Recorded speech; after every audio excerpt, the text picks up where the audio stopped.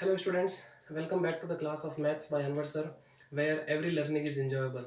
और आज का लेक्चर जो है वो टोटली एग्जाम्पल पे बेस्ड है, यानी मैट्रिक्स में हमने जो भी अब तक पढ़ा है उन पे जो है वो काफ़ी अच्छे अच्छे जो है वो एग्जाम्पल करेंगे। और मैं आपके लिए काफ़ी अच्छा जो है वो कंटेंट लेके आया हूँ एग्जाम्पल्स का। तो ये जो है वो काफ़ी आपको हेल्प करेंगे बोर्ड एग्जाम में भी। और हम जो है वो पिछले बोर्ड एग्जाम में जो क्वेश्चन आए हैं, जो अच्छे सिलेक्टिव क्वेश्चन है, वो भी मैं जो है वो आज डिस्कस करूंगा यहाँ पे। तो चलिए स्टार्ट करते हैं। फर्स्ट एग्जाम्पल ये है कि if a matrix A equal two is a symmetric matrix, तो देन फाइंड या डिटरमाइन एक्स। आपको जो एक्स की वैल्यू फाइंड करनी है। और सिमेट्रिक का मीनिंग आपको पता ही है, हिंदी मीडियम वालों, सममित आव्यूह, यही बोलते हैं सममित आव्यूह। यानी कि आपको एक मैट्रिक्स दे रखा है ए और बोला है कि वो क्या है, सममित है, यानी सिमेट्रिक है। तो आप बताइए कि एक्स की वैल्यू क्या है। यहाँ पे आपको इसकी वैल्यू बतानी है ये। अच्छा, चलिए। तो सिमेट्रिक में हमने कल जो है वो एक कंक्लूजन निकाला था। वो कंक्लूजन क्या था, देखो कंक्लूजन क्या निकल के आया था कि जब कोई मैट्रिक्स सिमेट्रिक होती है तो ए आई जे इज इक्वल टू ए जे आई होता है। यानी मेरा कहने का मतलब है कि अगर ए वन टू है तो वो इक्वल होगा किसके, ए टू वन के। इसी तरीके से अगर ए वन थ्री है तो वो इक्वल होगा किसके, ए थ्री वन के। ये यही तो बोल रहा है ना, आई क्या है, ith रो, और जे क्या है, jth कॉलम। इस तरीके से यहाँ पे जो है वो सेकंड पोर्शन में क्या है, jth row and ith column. तो यहाँ पे मैं वही चीज बात कर रहा हूँ कि अगर ये मैट्रिक्स जो है वो सिमेट्रिक है तो ये कंडीशन यहाँ पे फॉलो होती है। ये हमने कंक्लूजन कल के लेक्चर में निकाला था। सो बात करते हैं एक्स के लिए। तो देखो ये जो एलिमेंट है वो कौन सा होगा, कौन से रो में आ रहा है, सेकंड रो, कौन से कॉलम में आ रहा है, थर्ड कॉलम में। इस तरीके से ये किसके इक्वल होगा, ए थ्री टू के इक्वल होगा।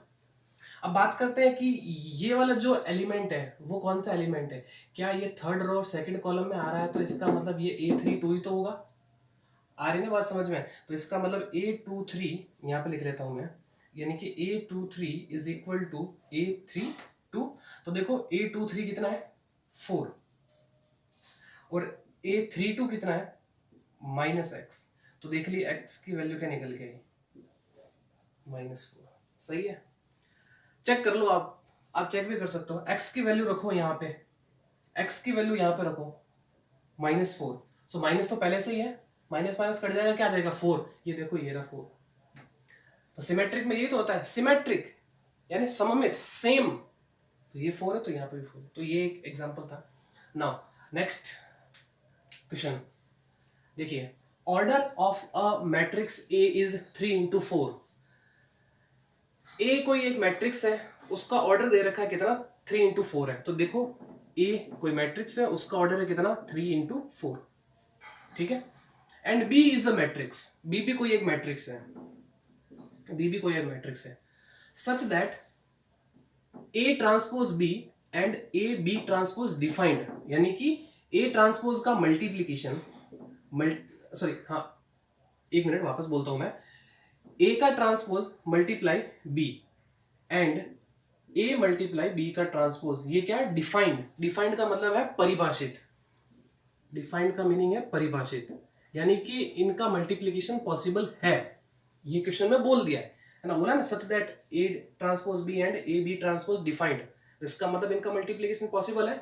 तो then write the order of B, इस बी का ऑर्डर क्या है ये बताओ आप। बहुत ही अच्छा जो है वो क्वेश्चन है ये। तो देखो ए का ऑर्डर दे रखा है थ्री इंटू फोर।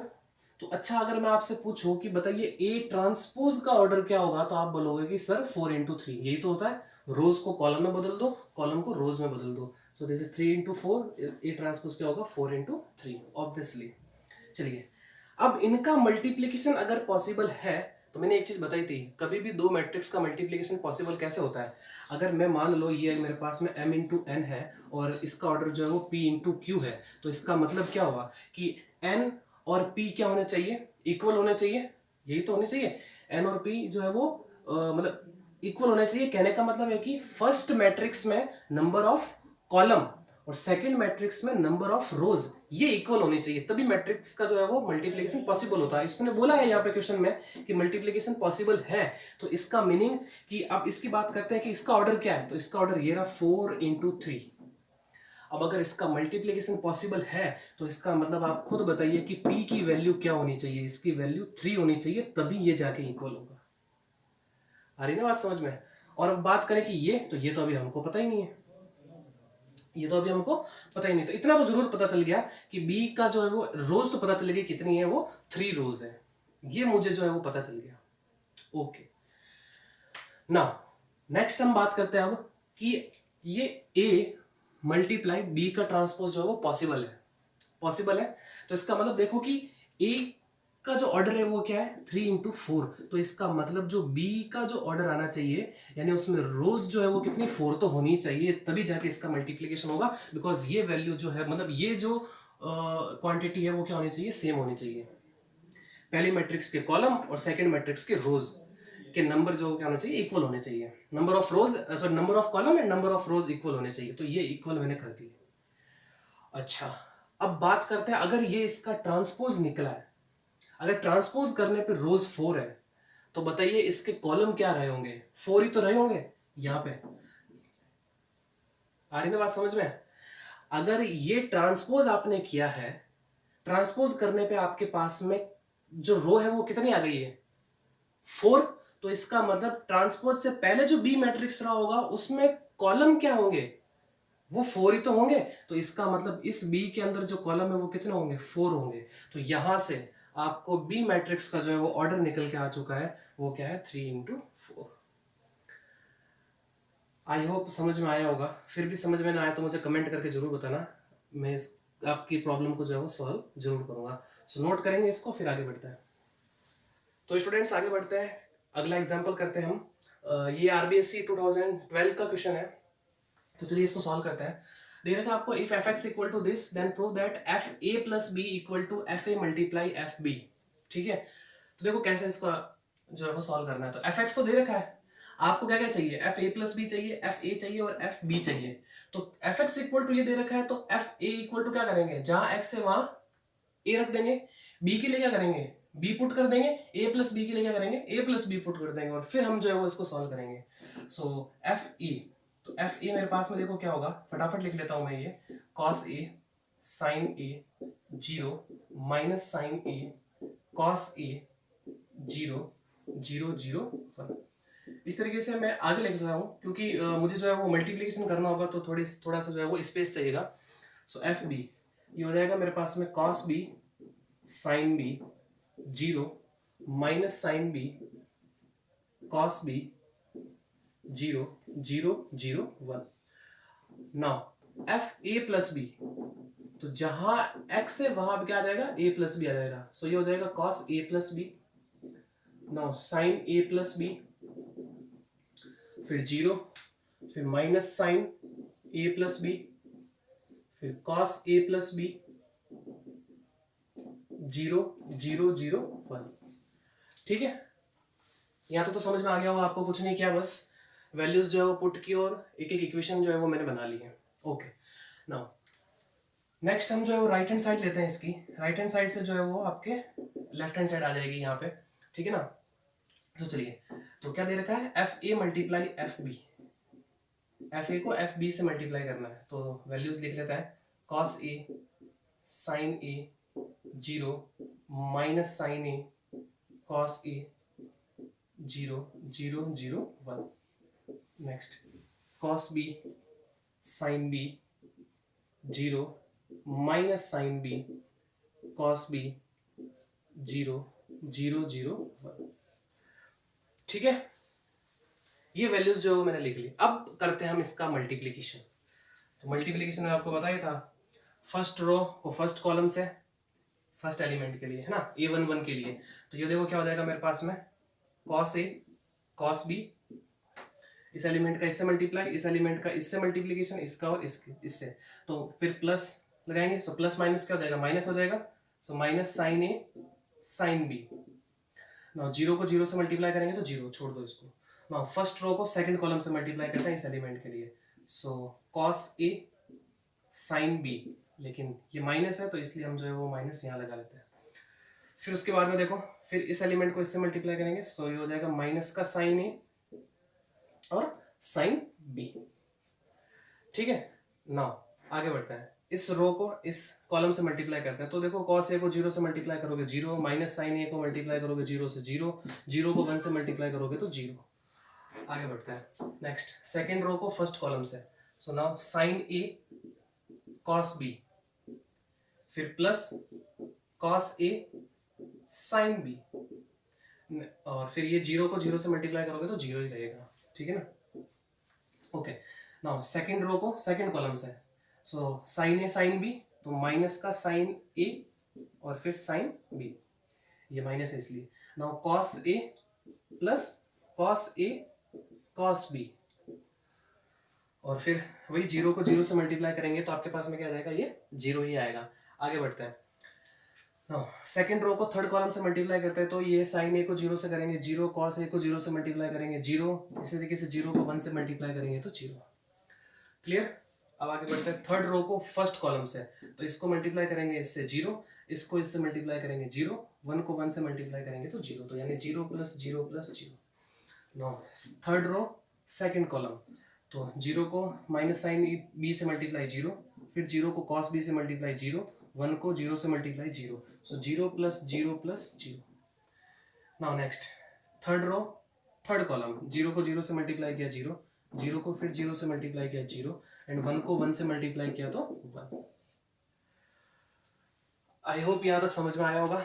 फटाफट इस वीडियो को पॉज करिए और नोट करिए। ओके, आगे बढ़ते हैं।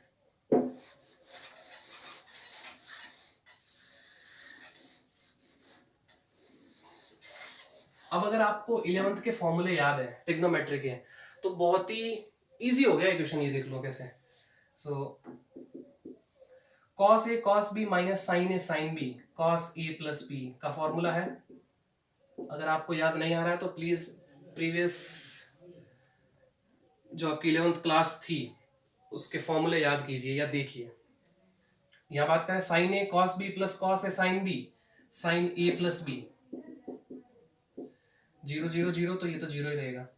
यहां से देखो माइनस कॉमन ले लो, माइनस कॉमन ले लिया तो देखिए कॉस ए साइन बी अंदर प्लस हो जाएगा, साइन ए सॉरी यहाँ गड़बड़ हो गई है, यहाँ शायद कॉस बी आना चाहिए था, यहाँ कॉस बी आना चाहिए था। ठीक है ना, यहाँ कॉस बी आएगा तभी हो गई है। ठीक है ना, तो cos A cos B minus sine A sine B, तो मैं क्या किया यहाँ पे मैंने माइनस कॉमन ले लिया, तो कॉस ए साइन बी और फिर ये होगा मेरे पास में साइन ए कॉस बी, तो फॉर्मूला किसका हो गया, ये साइन ए प्लस बी का फॉर्मूला। आप चेक कर लेना है ना, यहाँ पे कॉस बी था जब मल्टीप्लाई करेंगे तब उससे। नाउ अब इस फॉर्मूले का थोड़ा सा उल्टा पढ़ना है ना, cos A cos B minus sine A sine B, यही तो है कॉस ए कॉस बी माइनस साइन ए साइन बी, तो ये फॉर्मूला किसका हो गया, कॉस ए प्लस बी का फॉर्मूला। नाउ ये 0 तो ये 0 हो जाएगा, फिर ये 0 0 और फिर 1, तो क्या ये यही है, चेक कर लो।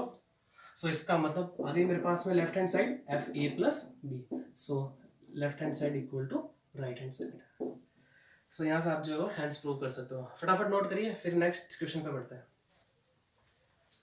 ओके स्टूडेंट्स, हम आगे बढ़ते हैं। क्वेश्चन नंबर 4, ये आपके जो है वो आरबीएससी बोर्ड 2013 में आया था। सो क्वेश्चन क्या है समझते हैं। If A equal to this matrix, आपको जो है वो ए ये मैट्रिक्स दे रखी है, and I is unit matrix, unit यानी कौन सी, इकाई, यूनिट यानी इकाई अवयव, इकाई अवयव ये आपको दे रखा है, ऑफ ऑर्डर 2 into 2 है ना। 2 into 2 इसका मतलब क्या है, ये रो और कॉलम सेम है तो इसका मतलब स्क्वायर मैट्रिक्स है ना। Okay, then prove that this. चलिए, अगर 2 into 2 की मैट्रिक्स है आई, तो इसका मतलब आई क्या रहा होगा, 1 0 0 1, यही तो मैट्रिक्स सही होगी। चलिए आगे बढ़ते हैं, तो सॉल्व करते हैं इसको। नेक्स्ट देखो, तो जो ये 10x/2 है ना, उसको मैं कुछ टर्म मान लेता हूं अलग से, 10x/2 इक्वल टू टी, कुछ भी मान लो, पी क्यू है ना, जो भी है, तो मैं इसको जो है वो टी लेट कर ले रहा हूं। ओके, तो इसका मतलब जो ए होगा वो मेरे पास में क्या हो जाएगा, अब वो हो जाएगा 0t माइनस टी और फिर 0। ठीक है, ओके आगे बढ़ते हैं। Now left hand side i plus A, I क्या 1 0 0 आई 0 1 सॉरी, और ए ये रहा मेरे पास में 0 टी माइनस टी 0। चलिए ऐड कर दो 1 plus 0 1, 0 plus T T, 0 plus minus minus हो जाएगा तो ये हो जाएगा माइनस का T, and now 1 plus 0 1। Clear? तो ये आ गया मेरे पास में left hand side. Now right hand side पे आ जाता है। राइट हैंड साइड क्या दे रखी है देखो, i माइनस ए, और फिर दे रखा है मुझे क्या cos x minus sine x, और फिर साइन x cos x, ये दे रखा है। अच्छा, हमने जो है वो cos और sin के 11th में फॉर्मूले पढ़ रखे हैं। अब देखो यहाँ पे 11th भी यूज हो रही है, ठीक है ना, 11th के फॉर्मूले भी यूज हो रहे हैं। तो हम जो है अब cos x और sin x के जो फॉर्मूले है वो tan की टर्म में यहाँ पे पुट करने वाले हैं। तो देखिए हम जानते हैं कि cos x, हमने जो है वो cos 2x का फॉर्मूला पढ़ा है ना, वो क्या था कि 1 minus ten square x ten की फॉर्म में upon 1 plus ten square x, ये पढ़ा था। लेकिन हमारे पास में क्या है cos x है, तो अगर मैं यहां, अगर देखो यहाँ एंगल x है तो यहाँ क्या 2x, सीधा एंगल क्या डबल हो रहा है ना, तो अगर मैं यहाँ पे x कर दूंगा, अगर मैं यहाँ पे x ही रखता हूँ तो ये क्या हो जाएगा, फिर आधा हो जाएगा, तो इसका मतलब ये क्या हो जाएगा x/2, ये भी क्या हो जाएगा x/2। इसी तरीके से हमने जो है sin 2x का भी फॉर्मूला पढ़ा था। sin 2x का हमने पढ़ा था कि 2 tan x upon 1 plus ten square x, ये पढ़ा था। इसलिए अगर मैं sin x की बात करूंगा तो एंगल यहाँ पे भी क्या हो जाएगा, हाफ हो जाएगा। सो ये चीज आपने सब पढ़ी 11th में, ठीक है ना, कैसा एंगल हाफ करते हैं वगैरह। बिकॉज यहाँ पे x था तो यहाँ 2x है, जस्ट एंगल डबल है ना, तो इसलिए यहाँ x है तो यहाँ हाफ हो जाएगा उसका, सो 10x/2। ओके, तो ये देखो क्या हो जाएगा 1 minus t square upon 1 plus t square, because 10x/2 को मैंने क्या लेट कर दिया है, टी लेट किया, ठीक है ना। ओके, और ये क्या हो जाएगा 2t upon 1 plus t square. Clear है यहां तक? आगे बढ़ते हैं। नाउ आई तो हमें पहले से ही पता है 1 0 0 1। नाउ माइनस ए ये रहा अपने पास में, तो वो क्या है 0 t माइनस टी और फिर ये 0। इनको जो मैं, क्योंकि देखो ये एक ही ध्यान रखना, ऐसा नहीं इनको साथ में कर दो। ओके, यहाँ अब ये वैल्यूज रख लेते हैं। तो देखो cos x क्या होगा 1 minus t square upon 1 plus t square, sine x क्या होगा 2t upon 1 plus t square. Clear? Now यहाँ पे आ जाता है माइनस साइन x, तो यहाँ पे थोड़ा सा अलग कर लेता हूँ मैं इसको। सो माइनस, तो ये माइनस साइन x तो क्या हो जाएगा, ये minus 2t upon 1 plus t square.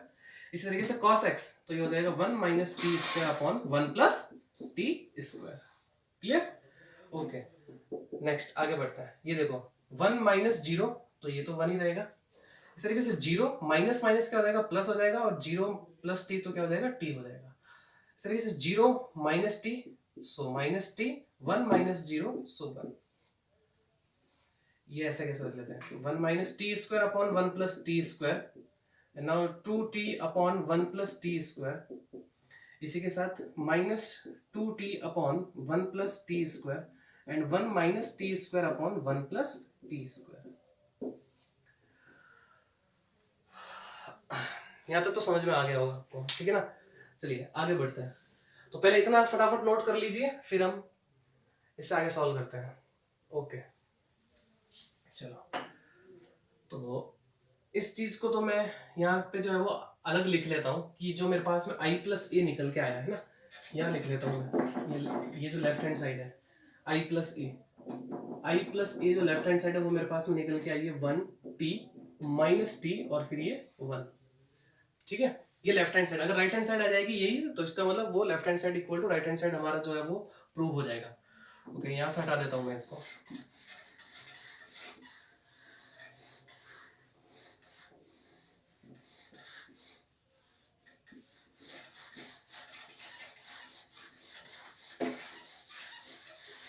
चलिए आगे बढ़ते हैं। अब इसका मल्टीप्लिकेशन करना है इससे, ठीक है ना। ये भी 2 into 2 ऑर्डर की मैट्रिक्स है, ये भी 2 into 2 ऑर्डर की मैट्रिक्स है। तो फर्स्ट रो को फर्स्ट कॉलम से मल्टीप्लाई करेंगे, तो देखो 1 को पूरे से मल्टीप्लाई करेंगे तो यही आएगा 1 minus t square upon 1 plus t square. T को इस एलिमेंट से मल्टीप्लाई करेंगे तो 2 टी स्क्वायर हो जाएगा ये, plus 2 T square upon 1 plus t square. ये नीचे न्यूमरेटर सॉरी डिनोमिनेटर तो यही रहेगा। नेक्स्ट, अब फर्स्ट रो को सेकंड कॉलम से मल्टीप्लाई करते हैं, तो 1 को इससे मल्टीप्लाई करेंगे तो ये तो ऐसा कैसे रहेगा minus 2t upon 1 plus t square, और फिर प्लस t को इसी से मल्टीप्लाई करेंगे तो देखो t का यहाँ मल्टीप्लीकेशन, तो ये तो हो जाएगा t minus T cube divided by 1 plus t square. Next, अब सेकंड रो को फर्स्ट कॉलम से मल्टीप्लाई करेंगे, सो माइनस टी को इससे मल्टीप्लाई करेंगे, सो माइनस टी को 1 से मल्टीप्लाई किया माइनस टी को माइनस टी स्क्वायर से मल्टीप्लाई किया तो प्लस का T cube, and not divided by 1 plus t square, फिर प्लस 1 को इससे मल्टीप्लाई करेंगे तो ये हो जाएगा 2t upon 1 plus t square.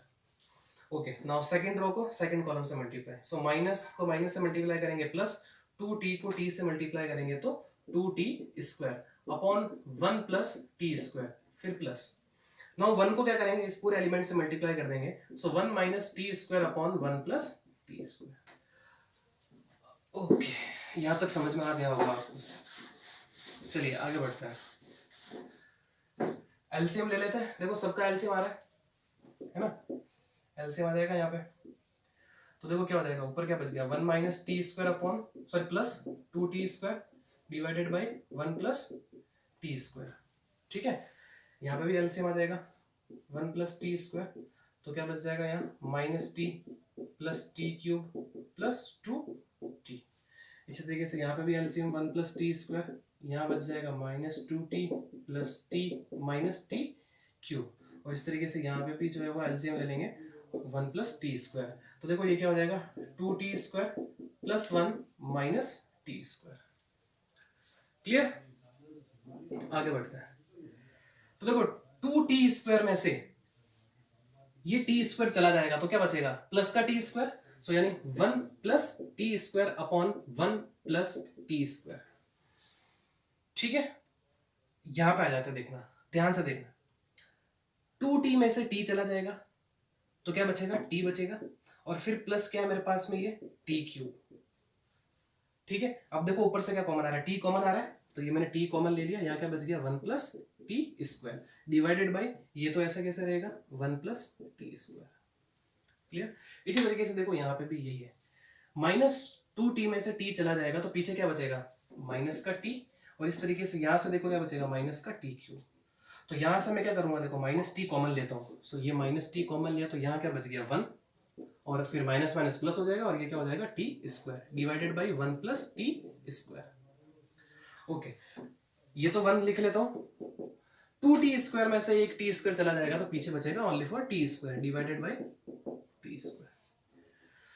अब देख लो आप, ये 1 प्लस टी स्क्वायर से 1 plus t square cancel out, ये इससे कैंसिल आउट, ये इससे कैंसिल आउट, ये इससे कैंसिल आउट, तो आपके पास में देखो क्या बच गया, यहाँ क्या बचा है 1, यहाँ क्या बच गया t, यहाँ क्या है माइनस टी, और यहाँ क्या है 1। देख लो क्या ये यही है, तो आपके पास में जो है वो लेफ्ट हैंड साइड यही थी, ये देखो राइट हैंड साइड से ही आ गया समझ में।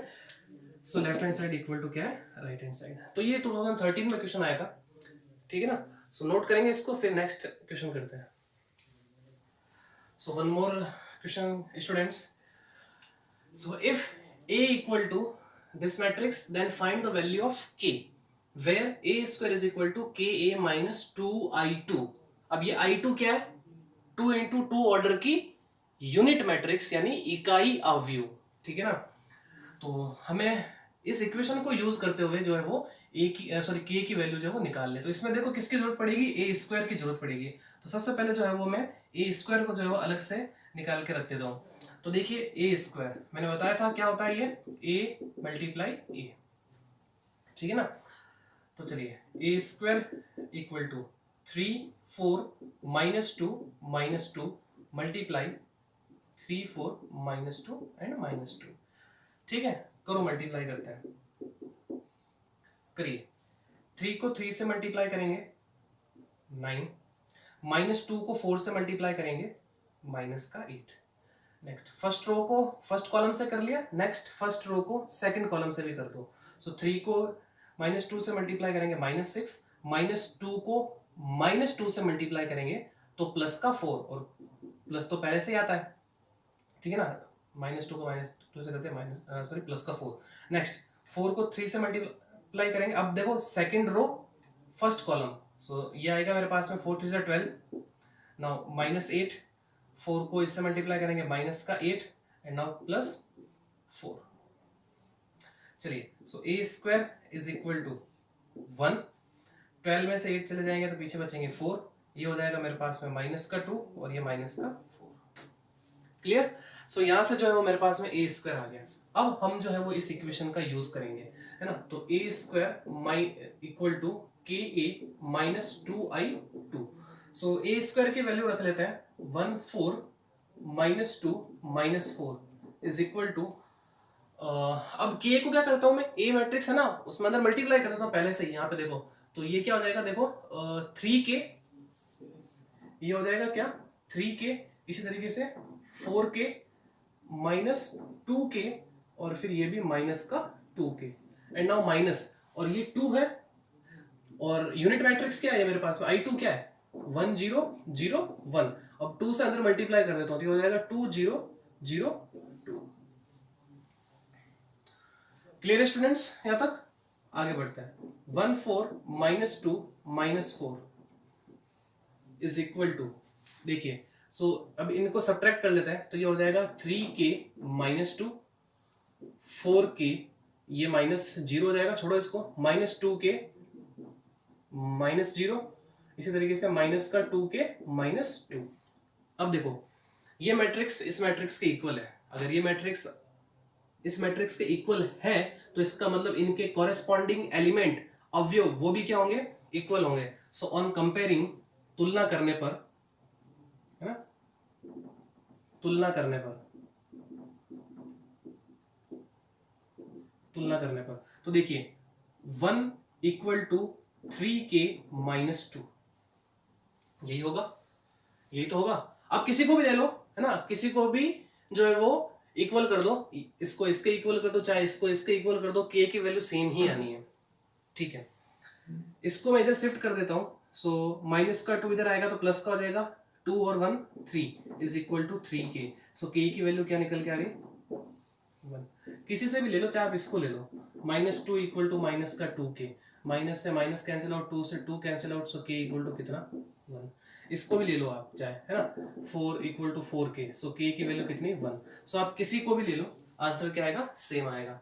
सो अगर आपने कैलकुलेशन सही की होगी तो, नहीं तो फिर अलग अलग तो आ भी सकता है, ठीक है ना, और आएगा ही अगर गलत होगा तो। चलिए ये नोट करो, फिर आगे बढ़ते हैं। ओके स्टूडेंट्स, कैसा लग रहा है, मजा आ रहा है ना एग्जाम्पल्स करने में।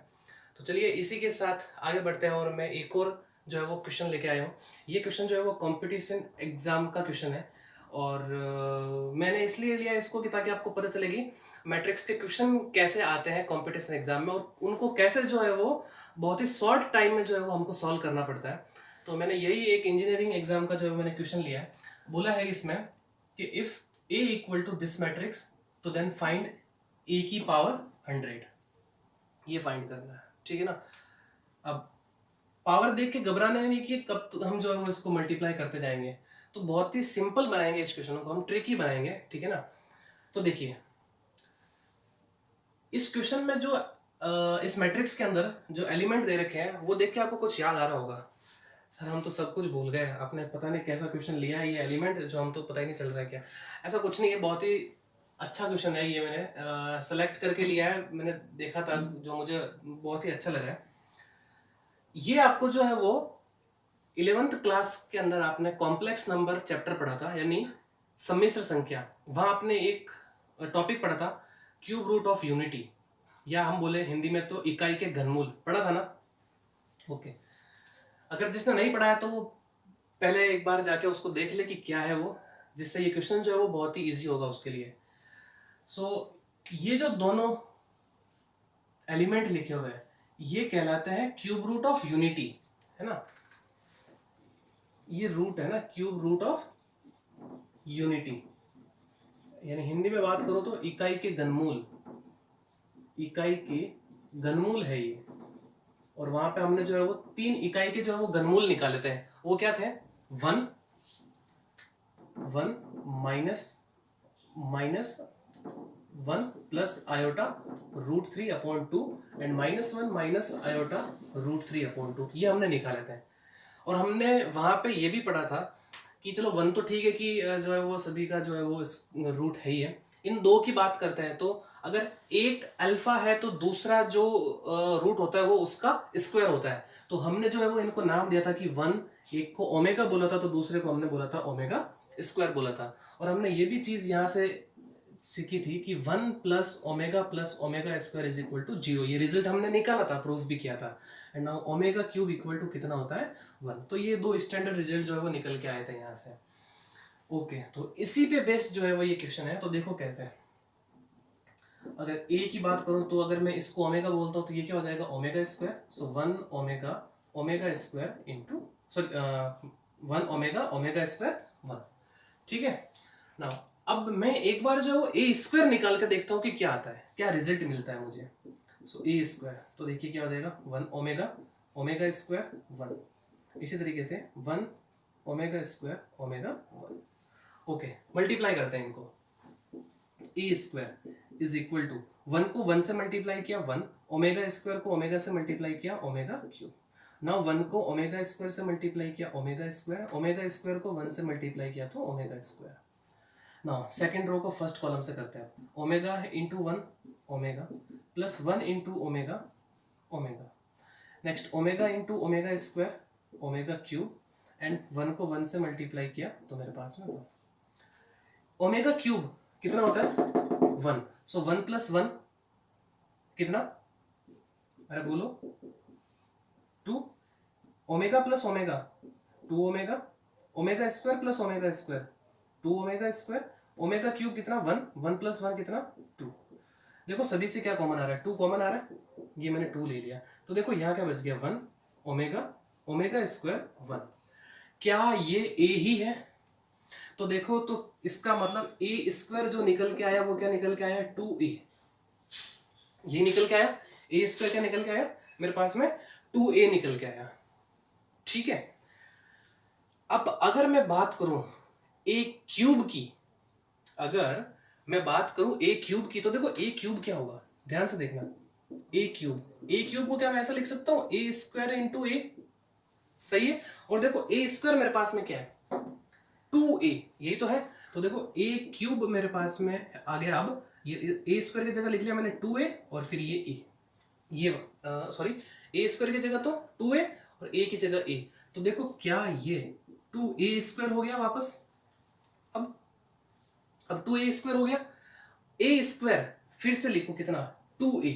तो इसका मतलब ये मेरे पास में 2 तो था ही और ये फिर से 2a आ गया। तो इसका मतलब 2 की पावर 2 इंटू a। तो देखो a क्यूब क्या है मेरे पास में? 2 की पावर 2 इंटू a। अगर मैं बात करूं अब a की पावर 4 की, तो देखो वो मेरे पास में क्या होगा? a cube into a। और देखो a क्यूब मैंने अभी निकाला, ये रहा मेरे पास में।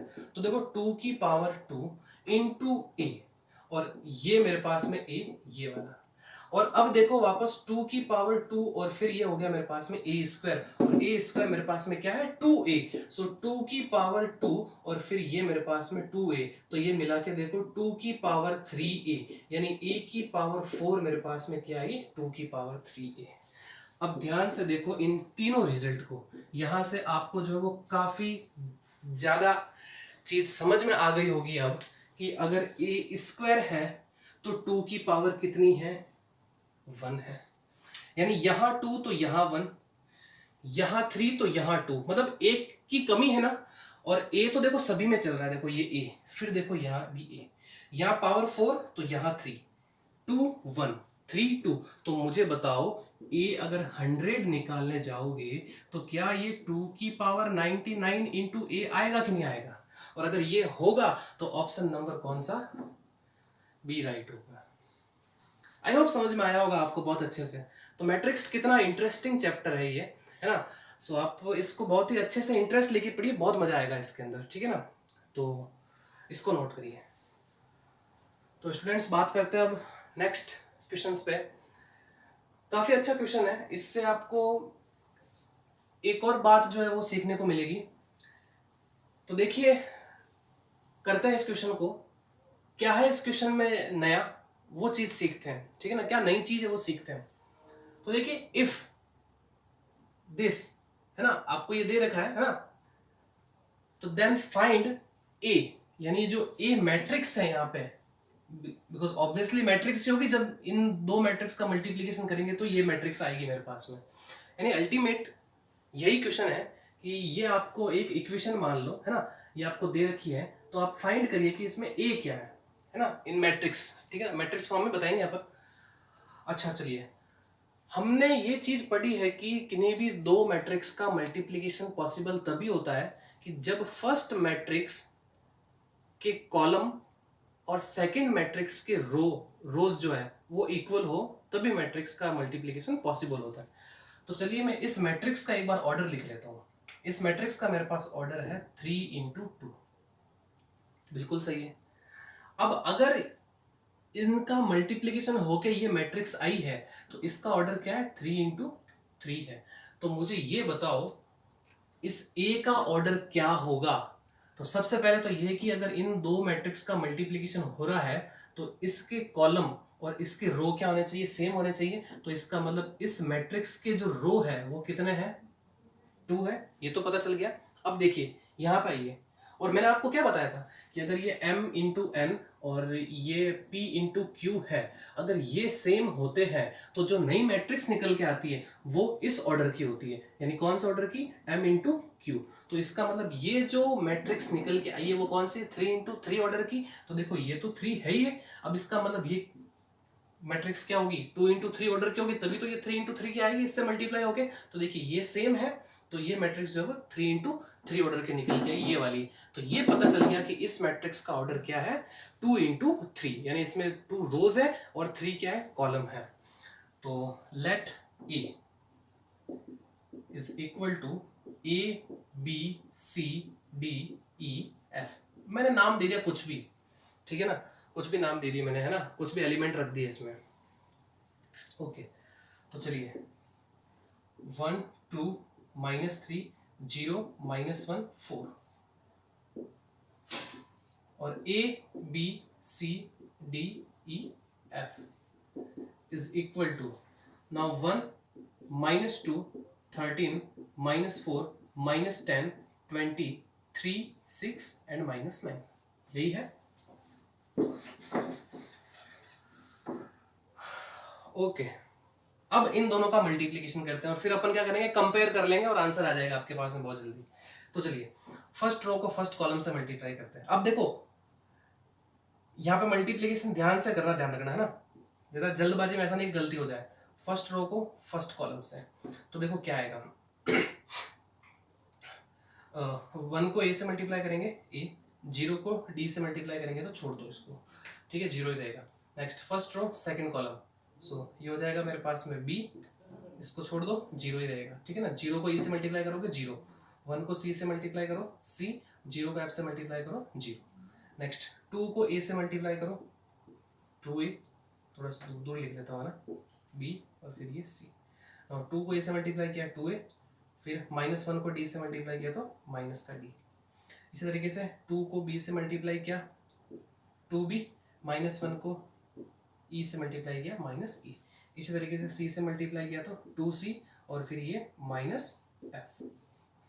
आगे बढ़ते हैं, -3 को a से मल्टीप्लाई करेंगे, अब माइनस का 3a फिर +4b। इसी तरीके से -3 को b से मल्टीप्लाई करेंगे, माइनस का 3b प्लस का 4e। नेक्स्ट -3 को c से मल्टीप्लाई करेंगे, -3c plus 4f is equal to 1 -2 13 -4 -10 20 3 6 -9। आ गया यहाँ तक समझ में? बस कुछ नहीं किया, नॉर्मल जैसे मल्टीप्लिकेशन करते हैं वैसा मैंने मल्टीप्लिकेशन किया है। देखो ये 3 × 3 की आएगी, ऑब्वियसली 3 × 3 की मैट्रिक्स आनी है, बिकॉज ये देखो 2 सॉरी हाँ ये कितनी है, 3 × 2 की है और ये कितनी है 2 इंटू 3 की है, तो जो मैट्रिक्स निकल के आएगी वो 3 इंटू 3 की तो आएगी, 3 इंटू 3 की तो आएगी। नेक्स्ट, ये इसके इक्वल है, जिसका मतलब ए की वैल्यू मिल गई आपको सीधी से, आपको ए की वैल्यू मिल गई ना कितनी 1। तो देखो ऑन कंपेयरिंग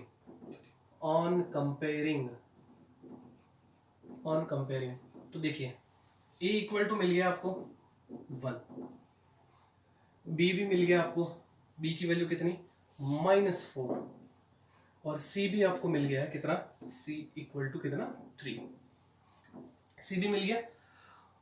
ओके नेक्स्ट, अब बात करते हैं यहाँ पे। तो देखो अब किस किस की वैल्यू चाहिए, ए बी सी मिल गया, डी ई और एफ चाहिए, तो वो इक्वेशन ले लो जिसमें आपको ए बी सी की वैल्यूज पता है। तो मैं इस इक्वेशन को ले लेता हूँ 2a माइनस डी। सो देखो 2a माइनस डी, यहाँ से कौन सा एलिमेंट, ये -2, सो ये मेरे पास में -2 वैल्यू रखेंगे a की, तो ये हो जाएगा 2 × 1 minus D is equal to -2। So minus D is equal to, ये उधर चला जाएगा तो हो जाएगा -2, so -2 -4, so D equal to मेरे पास में निकल के आ रही है कितना 4। इसी तरीके से 2b minus E is equal to -10, so b की वैल्यू रखेंगे -4 यहाँ पे, so -4 × 2, so -8 minus E is equal to -10, इस -8 को उधर शिफ्ट करेंगे, so minus E is equal to ये हो जाएगा -10 + 8 तो -2, so E is equal to निकल के आ जाएगा मेरे पास में 2। Now 2c